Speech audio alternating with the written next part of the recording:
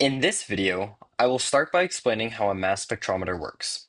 We will then analyze the graphs produced by a mass spectrometer, learning how we can use this data to answer questions in our chemistry class. Starting with as basic a question as we can, what is mass spectrometry? Mass spectrometry is an analytical technique used to determine the identity of molecules. We use it to find the molecular masses of unknown molecules, a sort of ID which reveals their true identity.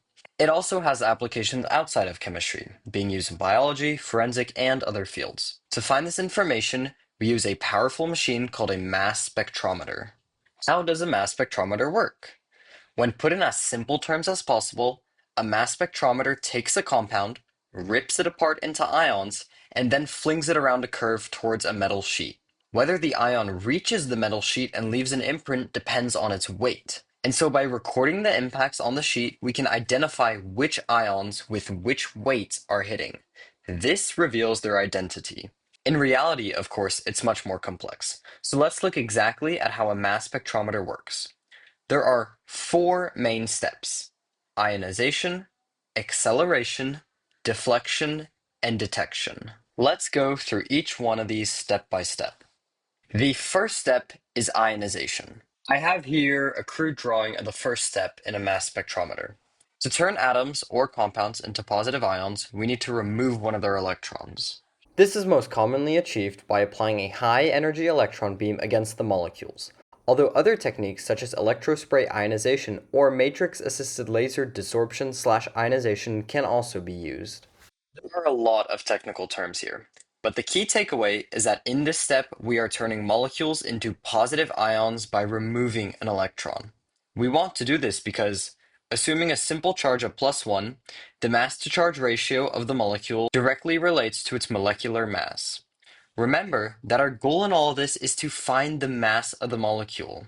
Let's imagine that we have a chlorine atom in our mass spectrometer. What we would do is apply a high-energy electron beam against the chlorine atom and kick off an electron, turning this chlorine into a positive ion. Over here, we have an electron trap. This would attract the chlorine's electron and remove it from the system. Over here, we have an ion repeller. This is usually a positively charged metal plate. And since like charges repel one another, this plate would now push away our positively charged chlorine ion, and it would continue further on down the mass spectrometer. The second step in a mass spectrometer is the acceleration step. The second step in a mass spectrometer is acceleration. As shown in the image, in this part of the spectrometer, there are two vertical standing metal plates. Each of these has a slit through the middle where the ions can pass through. We run a high voltage, let's say 100,000 volts, through this first plate. And through the second plate, we run no voltage. This creates a strong potential difference, and our ion will rapidly accelerate. It's important to know that in this step, all of our ions will have the same kinetic energy. However, they will not all have the same speed. How can this be the case? Well, looking at the equation for kinetic energy, Ke, kinetic energy, equals 1/2 mv squared.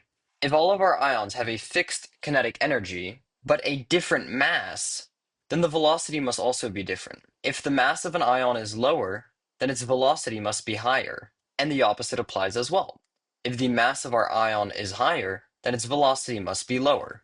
The third step is deflection. All the ions are now run through a bend with a powerful electromagnet. This will bend their trajectory and is a very important step of mass spectrometry. To understand the deflection step, I need to explain to you how ions of different mass will react to the electromagnet. Just to do a small example, imagine you have an ion with a charge of 2 plus and a mass of 40. And you have another ion with a charge of 1 plus and a mass of 30. Even though this ion has a higher mass of 40, its charge is also higher. The mass to charge ratio, which we denote m over z, is what matters. And 40 divided by 2 equals 20, whereas 30 divided by 1 equals 30. And obviously, 20 is less than 30. So although this first ion is technically more massive, its mass to charge ratio is less, and therefore I will describe it as being lighter. This is what I mean when I'm talking about the mass of the ions.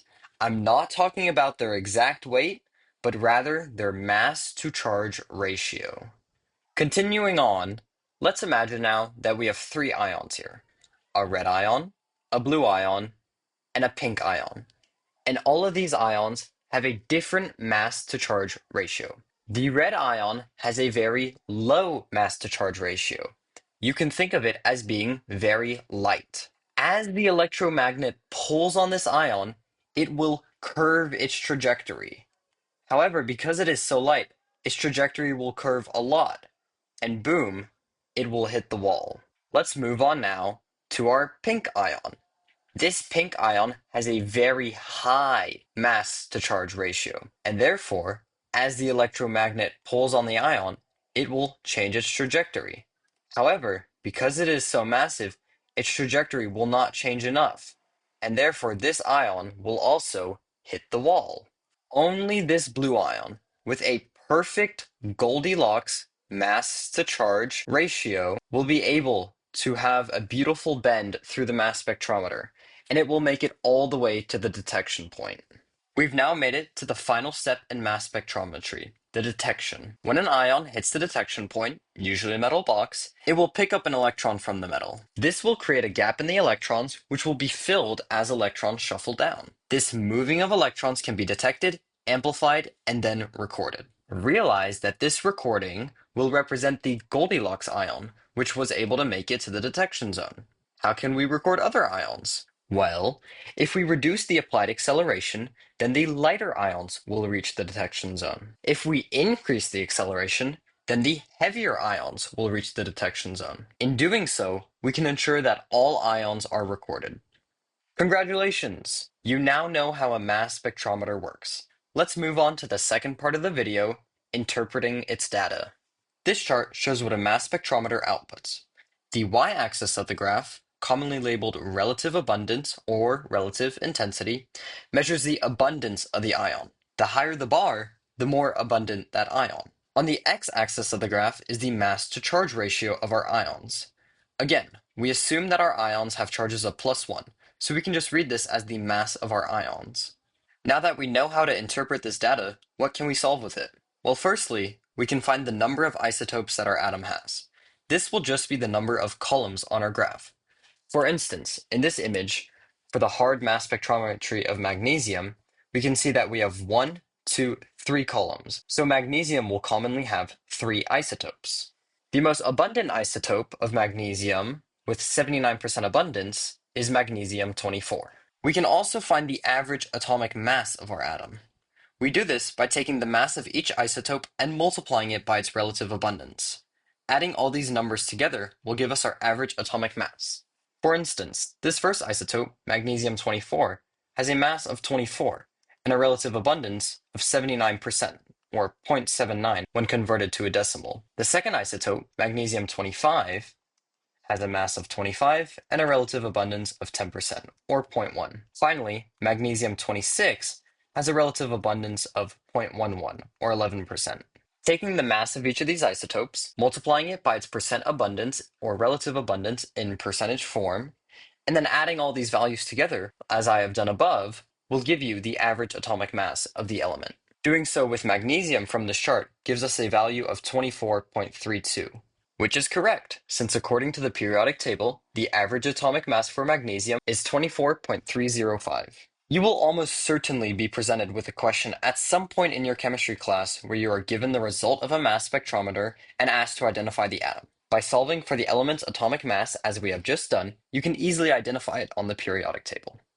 Thank you so much for sticking through this with me. I hope you have a better understanding of mass spectrometry after having watched this video. As always, if you have any questions, please feel free to ask them in the comments and I will do my best to answer. This is a very hard topic, and if you find yourself struggling, try rewatching parts of the video. If it's still not sticking, take a short break and come back after. Thank you.